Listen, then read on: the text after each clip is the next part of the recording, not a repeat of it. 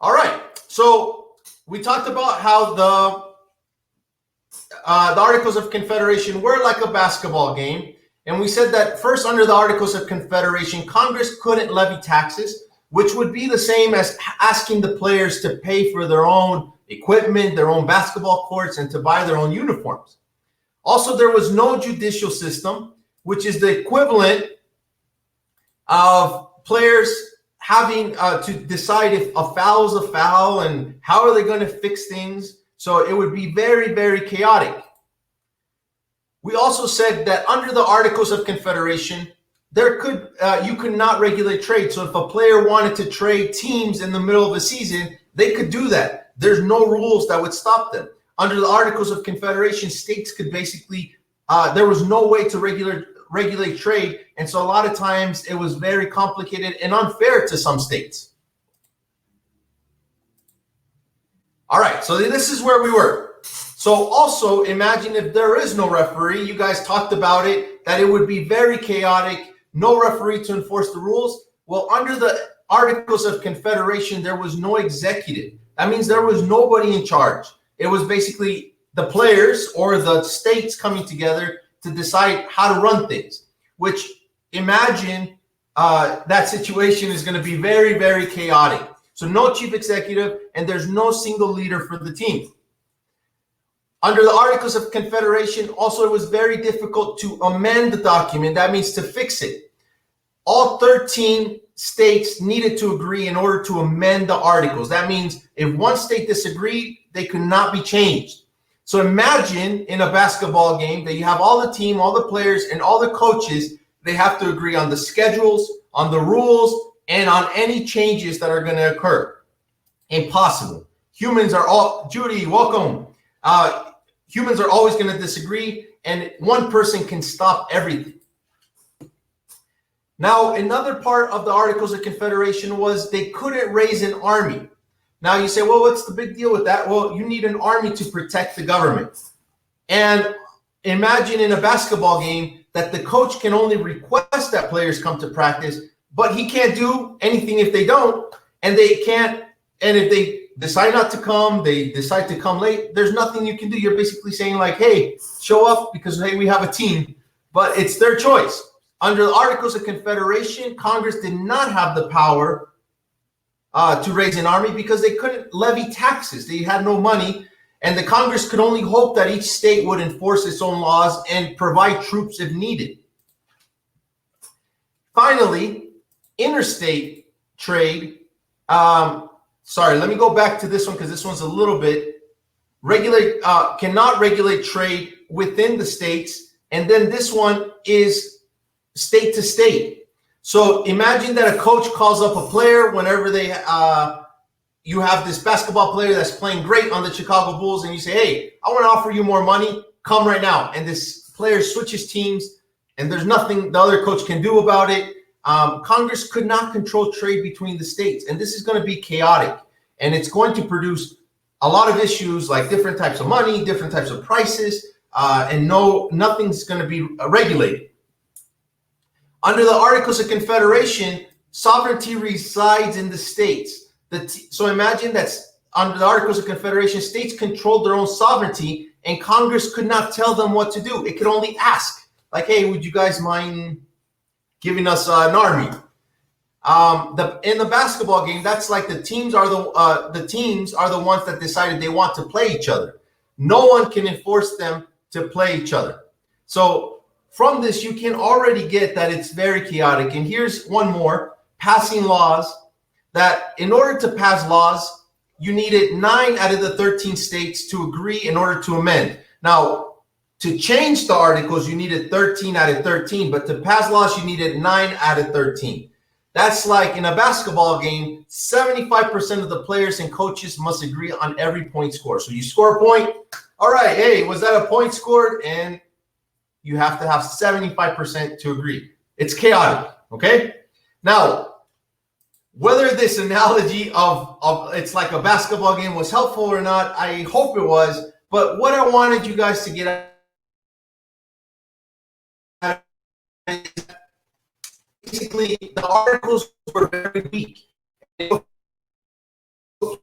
basketball game, you would see that it would be chaotic. The Federation were very chaotic. And I go back to the beginning of the lecture when we were talking about this classroom that's very strict, like a monarchy. The articles were almost way too much to this side, where they were almost completely permissive and impossible to use as a system of government. So the articles were very weak. In the AP exam, you're always going to be asked. So I wanted to make this analogy of the Articles of Confederation to the basketball game because it's a situation that we all understand. And in the APUSH history exam, they love to ask you about the weaknesses of the Articles of Confederation. It's not enough to say that the articles were weak. You have to be able to cite some specific examples of why they were weak. For example, they could not raise an army. That's a weakness because they had no money. They couldn't levy taxes. They didn't have a judicial system. They had no executive branch. So in the APUSH history exam, it's not enough. And I see this with students all the time. They say, all right, don't leave. Jason, don't leave. I'm sorry. I scared you guys off. Oh, no. All right. And basically, under the Articles of Confederation, you have to be able to cite specific information. So I hope that's what you take away, that you can cite 3 or 4 weaknesses of the Articles of Confederation, because it's not enough just to say that they're weak. I gave you a total of about 7 or 8 weaknesses. Now, if you look at this, here is another weakness, that the states had more power than the Congress. Congress was made up of state representatives, but the states could control their own affairs. So imagine that in California, let's think of a national law like right now, marijuana. Marijuana is legal in California, but it's illegal at the national government.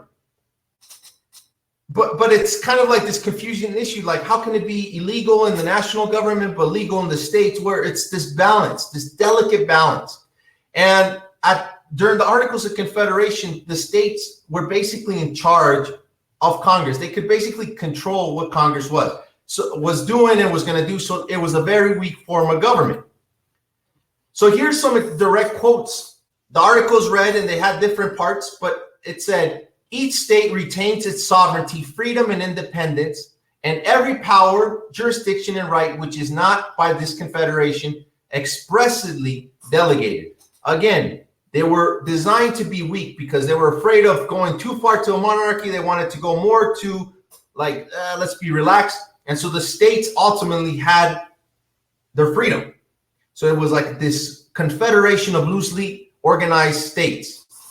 Here's another quote: to secure and perpetuate mutual friendship and intercourse among the people of the different states in this union. So it was basically designed to like a small gathering of like friendship where we're just going to exchange ideas. It was not designed to like, you're in charge of me. That was not the design. Here's another quote: Congress may request requisitions, demands for payments or supply from the states in proportion with their population or take credit. The key word here is request. They can't demand, they can't enforce, they can only request. And if you go to a state and you say, hey, I want you to pay this much money, and the state's going to say, no, I'm not going to do that. What are you going to do about it? Nothing. I can't do anything. That's going to be a problem. You need a little bit of power to enforce the laws. And next, the last one is declares that the articles shall be perpetual and may be altered only with the approval of Congress, state legislature. So here's this idea here, and I think it's in the questions, where what's the difference between a law and amending, is that in order to change the Articles of Confederation, you needed all 13 states to agree. In order to pass a law, you only needed 9 to agree. So I hope that answers that question. And this chart might be very helpful for you guys if you got in the stream. Congress, under the Articles of Confederation, had no power to tax. This is just the same information, but without that analogy to the basketball game, okay? But I wanted just to tell you what the weakness was and what the outcome was. So Congress had no power to levy or collect taxes. The outcome was that government was always short of money. Congress had no power to regulate foreign trade. Quarrels broke out among the states, and trading with other countries was very difficult because you could have a state like Massachusetts trading with England, and it was trading under a different set of rules than, let's say, New York. And so it was confusing because every state is negotiating their own trade deals. Congress had no power to enforce the law. The government depended on the states for law enforcement. The weakness was approval of 9 out of the 13 states was needed to enact laws. It was difficult to enact laws because of disagreements among the states. Sorry, that should say among the states. 13 out of 13 states needed to approve amendments to the articles. There was no practical way. So the outcome was there was no practical way to change it or amend the powers of the government when problems arose.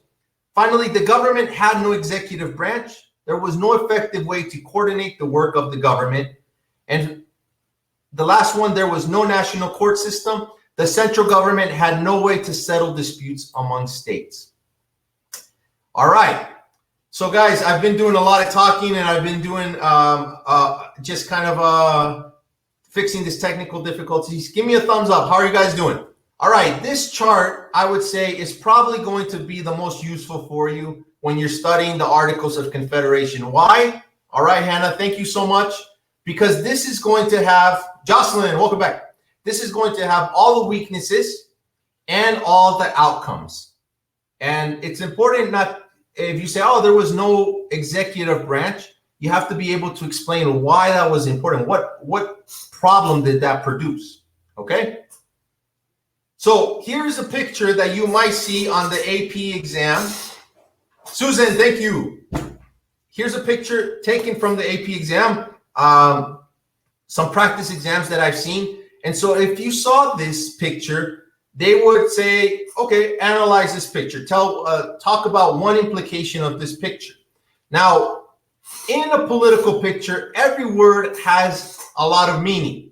So here's the biggest meaning is the Articles of Confederation. What are these little, I don't know, what are these like tentacles? There's no national court system, no power to enforce treaties, no power to raise an army, and no power to collect taxes. And these tentacles from an octopus, what are they going to do to the ship? Correct, Jocelyn, that's awesome. A bufo. Exactly. It's going to break it. If you've ever seen perfect, it's going to destroy this. It's going to shake the boat. These tentacles are going to come down and eventually bring down the ship. So if you saw this picture on the AP exam, is this picture showing a positive view or a negative view of the Articles of Confederation? Perfect. Exactly, guys. This is a negative view. So in the AP exam, you would have to be able to talk about that the Articles of Confederation were purposely made weak because of the fear of a strong central government, but they were made so weak by not having a national court system, no power to enforce its treaties, no power to raise an army, no power to collect taxes, that those weaknesses that they purposely made it weak almost brought down the entire ship. And I really like this quote here, because remember, everything in a political picture matters. It says rough sailing ahead. So this is a perfect picture for that. Here's another picture. This one's not from an AP exam, but you should be able to basically make sense of it. Here are some crutches, which are broken. Here's the young nation. And here's this guy saying, I have so many troubles. I'm weak, poor, and in debt. My paper money is useless. The Articles of Confederation do not support me. And obviously, you're not going to see this picture in the AP exam, but it should make sense that the Articles of Confederation are like broken crutches. Their crutches are designed to help you stand, and here are the crutches on the ground, and this guy is just going to fall apart, okay? All right, so thumbs up. How's everybody doing? The technical difficulties are going down. All right, Crystal, thank you. Jocelyn, thank you. Skylar, Victor, Palacios, Chuck, Janet, all right, Jacelyn, thank you for hanging in there. Jasenia, Jacqueline, thank you guys for hanging in there. Now, we did talk about the weaknesses. Thank you, Skirler. Thank you so much. Bilal, thank you so much. We did talk about the weaknesses. Now let's talk about some accomplishments. And we know that, again, if somebody asked you for the weaknesses of the Articles of Confederation, this is the chart you're going to want to remember. But if somebody asks you for the strengths, you're going to want to remember this. The Articles of Confederation had 2 accomplishments. And these are ones that come out all the time in the AP exam. Now, I've taught this for 17 years, and I still, every once in a while, have to look them up because there's small little differences between the Land Ordinance of 1785 and the Northwest Ordinance of 1787. And I always mix them up. Maybe Hannah has a mnemonic device that the teacher showed you to remember this. I would love to hear it. But for me, I just try to remember one happened in 1785 and one happened in 1787, which, by the way, is no longer moving westward. Look at what was happening to these states. What was happening to these states like Virginia, North Carolina, and Georgia? What was happening there? So, Skirler, what was happening to the states here on this side as they were expanding westward? What was happening? Look at Virginia, North Carolina, and Georgia. What was happening there? Okay, Susanna, exactly. They were expanding. They were gaining territory. This was going to be a problem because basically, could each state just claim all this land and get all this land for themselves? And as the states got bigger, then Virginia could just become huge. Well, it became an issue. And so under the Articles of Confederation, there was one achievement that helped settle this problem. And it talked about this Northwest Territory here. Exactly, how those territories would become states. So the Land Ordinance Act of 1785, here's the big idea. It put Native Americans in this that already lived in this land in the way of new settlers, because people are going to start moving to this land to settle there, and the Native Americans already live there. It's also going to set a precedent for the public funding of schools, and I'm going to talk a little bit about that. So the Land Ordinance Act is that the land, we have all this new land, but the government doesn't have money. So the government looks for a way to fund, to basically sell the land and use that money to pay off the debt. The Land Ordinance established a plan for dividing the land. The government would first survey the land, which is basically divide it and look up how it was going to divide it into townships, and people could purchase that land and then divide it into smaller units. Has anybody ever flown, let's say over Ohio or land, and like it looks like they're blocks of land, right? Has anybody seen that? It just like looks like there's just a bunch of squares. All right. So Daniela, thank you. So those blocks of lands are basically townships, or like these little, the way that the land was divided by the Articles of Confederation. And the government leaders hoped that by dividing this land, people would settle farms and establish communities. And this would help spread into the Western Territory. Kind of like,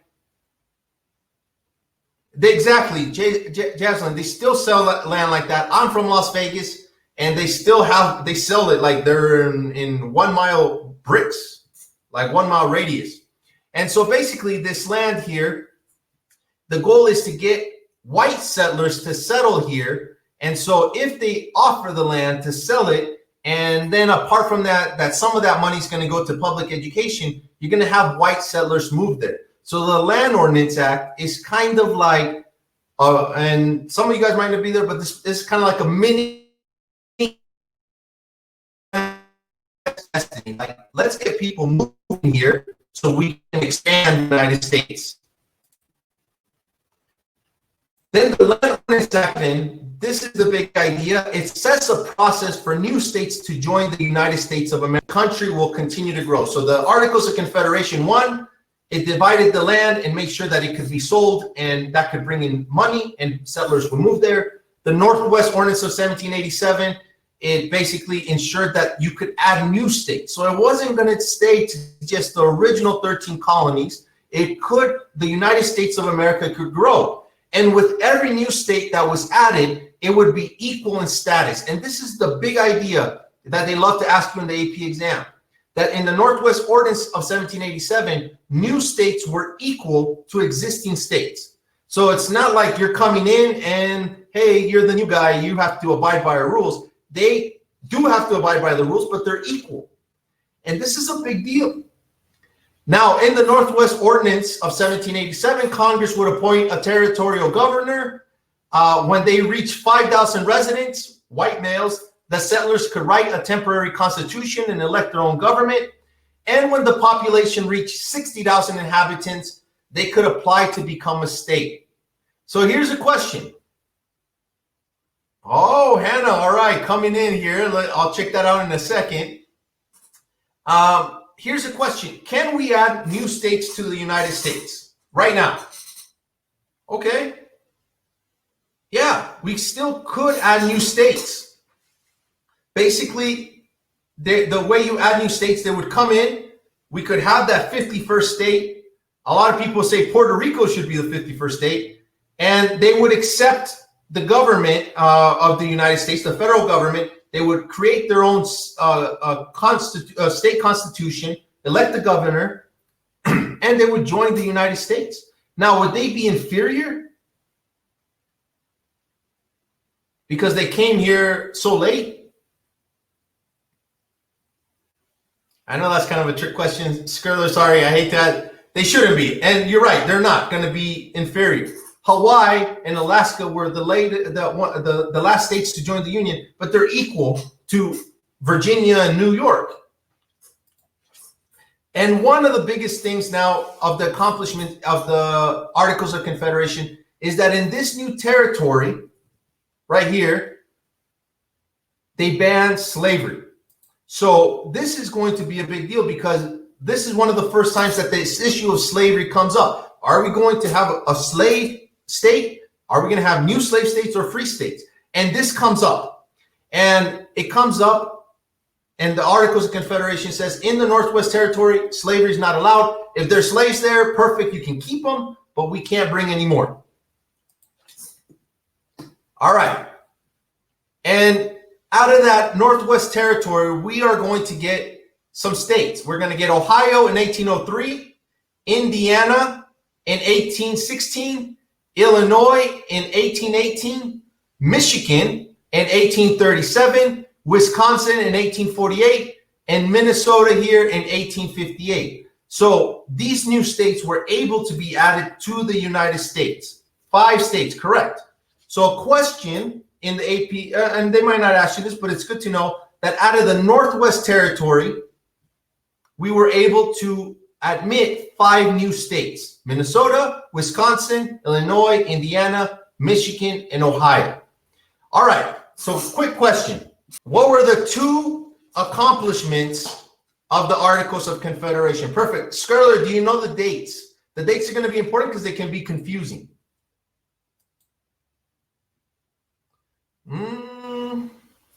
Yes, Hannah, you're technically right. I mean, but they did help settle the Treaty of Paris. But how about these land, in terms of land purchases? Perfect. So if you're going to remember, one is the Land Ordinance of 1785. Oh, I misspelled that. And the Northwest Ordinance of 1787. Okay. Now we're coming up on the last part of the stream. Guys, today the stream cut out, and so I had to restart the computer. It's a long story, and I don't want to bring it up because I'm going to start crying again. But we're almost done here. So we talked about the Articles of Confederation. They were very weak. Let me go back here. They were very weak. They had 1, 2, 3, 4, 5, 6, 7 weaknesses with different outcomes. They did have some accomplishments, the Land Ordinance of 1785 and the Northwest Ordinance of 1787. But something's going to happen. This event called Shays Rebellion. Now, there's a book here called 10 Days That Unexpectedly Changed America. Correct. And this book, one of the days here, that 10 days, one of the days that changed America forever was this event called Shays Rebellion. So we're going to talk about Shays Rebellion and why it's important. Now, I want to read this real quick. This is a direct quote from the book. Perhaps no document has shaped the United States more than the U.S. Constitution. And the United States Constitution probably wouldn't have been developed had it not been for Shays Rebellion. And so here in this book, they're making the connection that had it not been for Daniel Shay and his rebellion, the founding fathers wouldn't have replaced the Articles of Confederation. So Shays Rebellion is going to be significant because it's going to propel the founding fathers to change the Articles. Now, Daniel Shay was I'm going to tell the story real quick. Correct. Abufo, correct. Shays Rebellion emphasized the weaknesses of the Articles. Correct. Daniel Shay was a Revolutionary War hero. He was a veteran. Well, maybe he wasn't a hero, but he was a veteran. He fought in the Revolutionary War. Why were they fighting in the Revolutionary War? Okay, exactly. Freedom from a monarchy. We needed independence. This idea of no taxation without representation, that we have these freedom, natural rights. Hannah, you're absolutely right. That we had these natural rights. We wanted freedom. And here are these veterans now, and they go back to their home after the war. And Daniel Shay becomes a farmer in Massachusetts. And what happened, he's not money, and he's unable to pay off his debt. He owes money. And so what happened to get Daniel Shay to arrest him, and basically not necessarily arrest him, but to prosecute him. And he begins to think like, wait, I fought for this country so I could be free, and now they're throwing me in jail because I can't pay my debt. And so apart from that, for not being able to pay debt, they start to raise taxes in Boston to pay for the war. And this sounds familiar. They're raising taxes on the Revolutionary War veterans. And then in the twist of fate, the heroes of the revolution were going broke, paying their own salaries after the war. And so Shay is going to become very vocal about this, and people are going to start to listen like, hey, yeah, that makes no sense.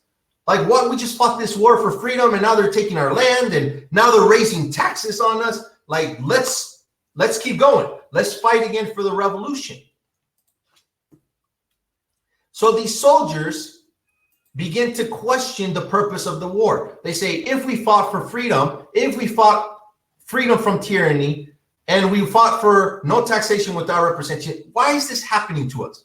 So Daniel Shay in 1786 leads a group of 600 men on an assault on Springfield, Massachusetts to close the courthouse. And if you close the courthouse, then they can't take your farm. And so the goal was close the courthouse so it can't open up for business, and everybody's farm is going to be safe. Well, the Continental Congress kind of begins to panic, saying, whoa, whoa, whoa, like, we're the ones that were fighting against tyranny. Now we're the ones being accused of being tyrannical.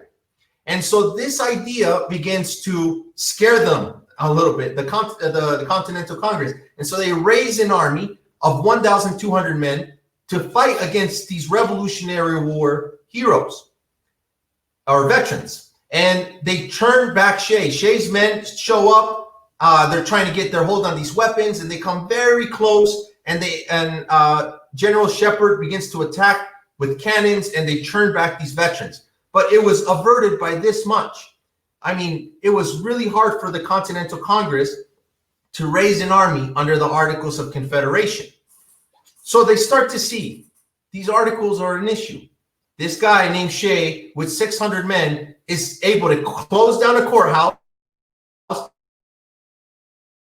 and is almost able to take all these weapons. So Shays Rebellion exposes the fragility of the new American democracy. It says, look, it might not survive. People are still pissed. People don't want to pay taxes. They don't want to do this. How do we make people of the federal government under the Articles of Confederation? Shays Rebellion provided ammunition for the people pushing for a stronger government. So there were a lot of people saying the Articles of Confederation don't work. They're like, stop talking, stop talking, stop talking. They kept saying, no, they're not working, they're not working. Shays Rebellion proved that the Articles were not working. And a few weeks after Shays Rebellion, Congress calls another meeting. Said, we got to meet again. And this is what is known as the Constitutional Convention. And when they come to this Constitutional Convention, they say, we're only going to fix the Articles. But they end up ripping them apart and starting over and replacing it with the U.S. Constitution. Had it not been for Shays Rebellion, it's very unlikely that the Congress, the Constitutional Convention, would have been formed. And so that's why Shays Rebellion is so important. Now, before we finish up here, I want to just review, because like any good teacher, just want to go back through what we talked about. We talked about the weaknesses of the Articles of Confederation. They were purposely weak. Correct. James Madison is the father of the Constitution. Exactly. And he also played a role in this, in the formation of the Constitutional Convention. The Articles of Confederation were weak because, remember, they had just come from a monarchy, which was like that strict teacher that doesn't let you know anything. So they went to the other extreme, which was this teacher that doesn't even do anything. And they went too far to the extreme. And the Articles were just simply not strong enough to govern a nation. And these were the weaknesses. So this is very important. Then we had two accomplishments, the Land Ordinance of 1785 and the Northwest Ordinance of 1787, which dealt with the Northwest Territory. We talked about 5 states being carved out of this territory: Minnesota, Wisconsin, Illinois, Indiana, Michigan, and Ohio. And then finally, we talked about this event, Shays Rebellion, which showed that the government was too weak to even defend itself and it needed more power. This forced the Founding Fathers to convene again in the Constitutional Convention and eventually replace the Articles of Confederation. Now, I want to end with some memes here that maybe will make sense to you now. This one right here, you make my knees weaker than the Articles of Confederation. Wow, it's a good-looking guy there saying that to the ladies. Wait, the other way around. So it's just, now you understand it when you see the Articles of Confederation. You might think this is completely dumb, but hey, my goal is to help you learn. This meme right here, why write the Articles of Confederation when you can write the Constitution? So why spend your time doing something that is just going to be replaced? And this is probably my favorite right here, the skeleton still waiting for the Articles of Confederation to work.